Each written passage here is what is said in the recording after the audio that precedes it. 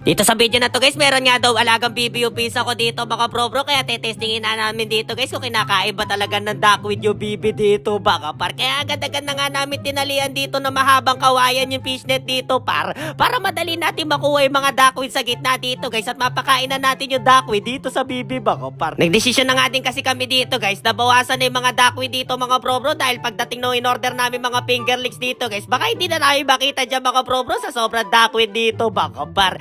Patapos na nga yung mga pizza ko dito mga bro. Tingnan nyo pre, napakakapal ng duckweed dito mga bro. Ito pre, improvise na fishnet dito par. Ubus yan mga bro. Tapos papakain natin sa BB pre. Tingnan natin pre kung kinakain ba ng BB yung fishnet dito baka par. Ito na guys, tamang salok na dito mga bro. Ang dami na nga namin nakukuha dito guys pero mas madali yan pre dahil makukuha natin at masasalok natin na mas madali yung mga nasa gitna dito baka par. Kaya napakaagas. Dito natin mapapatunayan guys kung kinakain talaga ng BB yung mga duckweed dito mga bro. Dapat hindi duckweed tawag dito guys kung hindi na ba kinakain ng BB dito mga bro. Baka mamaya pre manok pala kumakain yan pre. Papalitan natin pre chicken with tatawag natin dyan mga par. Napakaraming duckweed na nakuha natin dito mga bro.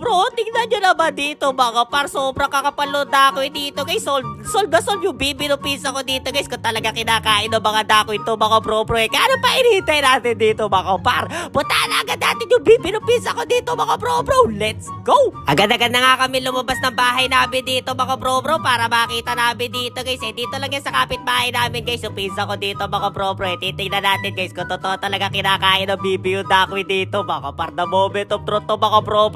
Tara par. Tetestingin din ng pizza ko dito mga bro. Kinakain ng kambing pre. Angas nga ng pangalan ng kambing na yun pre, si Akisha. Angas pre, di ba mga bro? May pangalan pa yung kambing nila dito mga par. Kaso pre, ayaw niya ng duckweed pre. Kasi pre, hindi niya kakainin yan. Dapat goatweed ang kinakain niyan pre. Di ba pre? Kasi goat.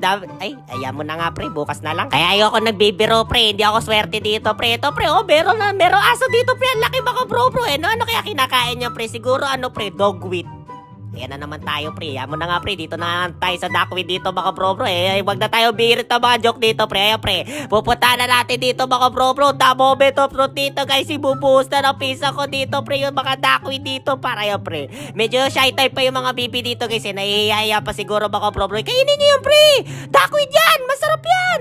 Ayun nyo pre. Ay nag-uusap-usap pa sila pre. Ayun pre. Pre masarap kaya yung binabanon mga bro. Tingnan nga natin pre. Nagkakahiyaan pa sila dito guys Mukhang ayaw nila yung duckweed pre. Bibi kayo pre. Dapat kainin nyo yan pre. Mukhang natatakot sila sa akin pre. Sige pre. Ayan pre. Ayun kadami-daming duckweed yan mga bro. Ayaw nyo talaga par. Masarap yan pre. Wait. Alisan ko kaya dito mga bro. Baka naiilang sila sa akin dito guys. Ayaw siguro nila sa pogi dito par. Kaya alis na lang ako dito mga bro. Okay na yan pre. Palagay ko pre. Kakainin naman nila yung duckweed dito pre. Kasi bibi naman sila dito pre. Kaya maraming salamat sa pagsama. Sa walang kwenta natin content ngayong araw mga par. Yun lang. Bye bye.